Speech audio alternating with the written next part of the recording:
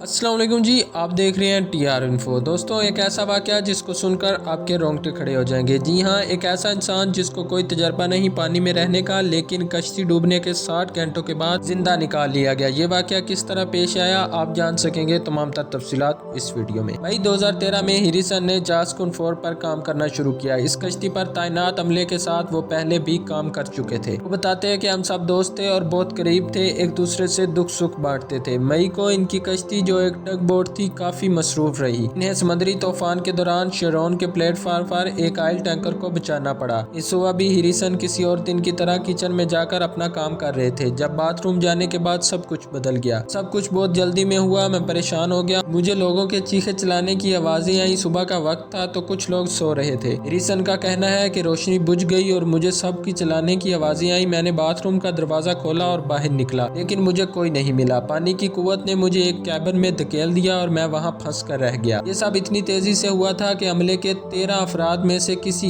एक को भी कश्ती से निकलने का वक्त नहीं मिला। परेशानी के इन लम्हात में वो तसव्वुर भी नहीं कर सके कि वो कितने खुशकिस्मत थे। कश्ती में भरने वाले पानी ने इनको एक एयर बबल में धकेल दिया था जहां ऑक्सीजन की इतनी मकदार थी जिसने नामुमकिन को मुमकिन कर दिखाया। और हिरिसन समंदर की तह में तकरीबन 3 दिन तक जिंदा रहने में कामयाब हुए। सतह समंदर से 30 मीटर नीचे जब कश्ती समंदर की तह से जाकर टकराई तो अंदर सिर्फ हिरिसन ही जिंदा बचे थे। वो कमर तक पानी में डूबे हुए थे और एक तंग सी जगह पर कैद थे। इनका ख्याल था कि कोई न कोई इनको बचाने आएगा, लेकिन 2 दिन यूं ही गुजर गए और कोई नहीं आया। हिरिसन को एक फ्लैश लाइट मिली तो इन्होंने साथ वाले कैबिन में जाने की कोशिश की ताकि बाहर निकलने का रास्ता तलाश कर सके, लेकिन ये कोशिश नाकाम रही और इनकी फ्लैश लाइट बंद हो गई। अब वहाँ मुकम्मल अंधेरा था। हिरिसन बताते हैं कि इन्होंने सिर्फ एक छोटी सी निक्कर पहन रखी थी और इन्हें याद है कि मछलियाँ जहाज डूबने के दौरान लगने वाले इनके जिस्मानी जख्मों को चाटती थी। मैंने अपनी बीवी और अपनी माँ को बहुत याद किया। ये वक्त मैंने दुआएं मांगते हुए गुजारा। इनके पास खुराक नहीं थी और वो ये भी जानते थे कि इस जगह पर मौजूद ऑक्सीजन भी आस्ता आस्ता खत्म हो रही थी। ऊपर अमले के खानदान को बता दिया गया था कि कश्ती पर सवार तमाम अफराद मर चुके हैं। जास्कुन 4 की मालिक कंपनी वेस्ट अफ्रीकन वेंचर्स ने लाशें निकालने के लिए माहिरीन की मदद ली। इस काम के लिए ditch diving company DCN global से राब्ता किया गया, जिसने 3 गोताखोर भेजे। सतह पर मौजूद इनका एक सुपरवाइजर कैमरे की मदद से इन गोताखोरों को देख रहा था। ये गोताखोर एक प्रेशराइज्ड चैम्बर में समंदर की तह तक पहुंचे तो हिरिसन ने कश्ती के दरवाजे खुलने की आवाज सुनी। इन्होंने अपने कैबिन की दीवारों को जोर जोर से खटखटाना शुरू किया ताकि कोई इनको सुन सके। वो बताते हैं कि मैं मायूस हो चला था। ऑक्सीजन तकरीबन खत्म हो चुकी थी और सांस लेना मुश्किल होता जा रहा था। इनको अचानक एक रोशनी नजर आई। मैं पानी के नीचे गया ताकि इस रोशनी का पता चला सकूं और फिर मुझे इल्म हुआ कि वो एक गोताखोर था। वो शख्स निकोलस वान हर्डन था, जिन्होंने बाद में आउटलुक को बताया कि जब किसी ने इनको पकड़ा तो वो इनकी पेशा वराना जिंदगी का सबसे खौफनाक लम्हा था, लेकिन जल्द ही ये खौफ किसी को जिंदा देखकर खुशी में बदल गया। हिरिसन कहते हैं कि मैं बस इसे छूना चाहता था क्योंकि मैं जानता था कि वो डर जाएगा। हिरिसन के मुताबिक वो खुद भी डरे हुए थे और अपने जिंदा बच जाने पर इतने हैरान थे कि इनको यकीन नहीं हो रहा था कि वो इंसान ही है या कुछ और। हिरिसन बताते हैं कि हर तरफ कीचड़ सा था और कुछ नजर नहीं आ रहा था। जब आखिरकार वो प्रेशराइज्ड चैम्बर में दाखिल हो गए और उनको इल्म हुआ कि सिर्फ वही जिंदा बचे हैं तो वो रोने लगे। वो कहते हैं कि मैं बच गया था, लेकिन मैं नहीं चाहूंगा कि कोई भी इस तजर्बे से गुजरे। समंदर की तह में 3 दिन गुजारने के बाद इनको एक डीकम्प्रेशन चैम्बर में 3 और दिन गुजारना पड़े ताकि इनके जिस्म में नाइट्रोजन की मकदार बहाल हो सके, जो ज़ेरे समंदर दबाव की वजह से जिस्म में इकट्ठा होकर दिल के दौरे का सबब बन सकती है। हिरिसन ने वादा किया था कि वो पानी के करीब भी नहीं जाएंगे, लेकिन कुछ ही अरसा बाद एक हादसा पेश आया जिसके दौरान इनकी गाड़ी एक पुल से गिरकर एक झील में जा गिरी। इस बार वो जिंदा बाहर निकलने में कामयाब रहे और इन्होंने अपने एक साथी को भी बचा लिया। इस वाक़े के बाद इन्होंने अपने वादे पर नजरसानी की और एक फैसला किया। वो माहिर गोताखोर